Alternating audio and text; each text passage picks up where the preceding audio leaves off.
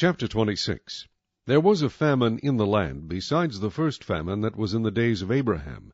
And Isaac went to Abimelech, king of the Philistines, in Gerar. Then the Lord appeared to him and said, Do not go down to Egypt. Live in the land of which I shall tell you. Dwell in this land, and I will be with you and bless you. For to you and your descendants I give all these lands, and I will perform the oath which I swore to Abraham your father. And I will make your descendants multiply as the stars of heaven. I will give to your descendants all these lands, and in your seed all the nations of the earth shall be blessed. Because Abraham obeyed my voice, and kept my charge, my commandments, my statutes, and my laws. So Isaac dwelt in Gerar, and the men of the place asked about his wife, and he said, She is my sister. For he was afraid to say, She is my wife, because he thought, Lest the men of the place kill me for Rebekah, because she is beautiful to behold. Now it came to pass, when he had been there a long time, that Abimelech, king of the Philistines, looked through a window and saw, and there was Isaac, showing endearment to Rebekah his wife.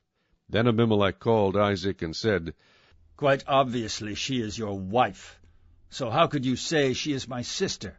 Isaac said to him, Because I said, Lest I die on account of her. And Abimelech said, What is this you have done to us? One of the people might soon have lain with your wife, and you would have brought guilt on us. So Abimelech charged all his people, saying, He who touches this man or his wife shall surely be put to death. Then Isaac sowed in that land, and reaped in the same year 100-fold, and the Lord blessed him. The man began to prosper, and continued prospering, until he became very prosperous.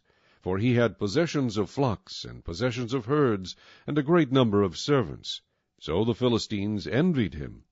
Now the Philistines had stopped up all the wells which his father's servants had dug in the days of Abraham his father, and they had filled them with earth.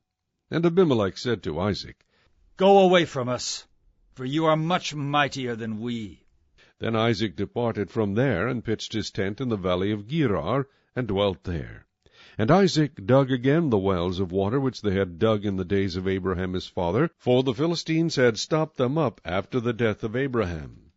He called them by the names which his father had called them. Also Isaac's servants dug in the valley, and found a well of running water there. But the herdsmen of Gerar quarreled with Isaac's herdsmen, saying, The water is ours. So he called the name of the well Esek, because they quarreled with him. Then they dug another well, and they quarreled over that one also. So he called its name Sitnah. And he moved from there, and dug another well, and they did not quarrel over it. So he called its name Rehoboth, because, he said, For now the Lord has made room for us, and we shall be fruitful in the land.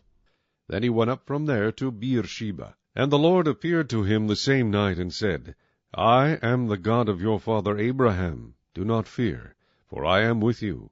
I will bless you and multiply your descendants for my servant Abraham's sake. So he built an altar there, and called on the name of the Lord. And he pitched his tent there, and there Isaac's servants dug a well. Then Abimelech came to him from Gerar with Ahuzath, one of his friends, and Phicol, the commander of his army. And Isaac said to them, Why have you come to me, since you hate me and have sent me away from you? But they said, We have certainly seen that the Lord is with you. So we said, Let there now be an oath between us, between you and us. Let us make a covenant with you, that you will do us no harm, since we have not touched you, and since we have done nothing to you but good, and have sent you away in peace. You are now the blessed of the Lord.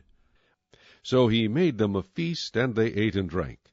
Then they arose early in the morning, and swore an oath with one another, and Isaac sent them away, and they departed from him in peace. It came to pass the same day that Isaac's servants came and told him about the well which they had dug, and said to him, We have found water. So he called it Sheba. Therefore the name of the city is Beersheba to this day. When Esau was 40 years old, he took as wives Judith, the daughter of Beeri the Hittite, and Basemath, the daughter of Elon the Hittite. And they were a grief of mind to Isaac and Rebekah.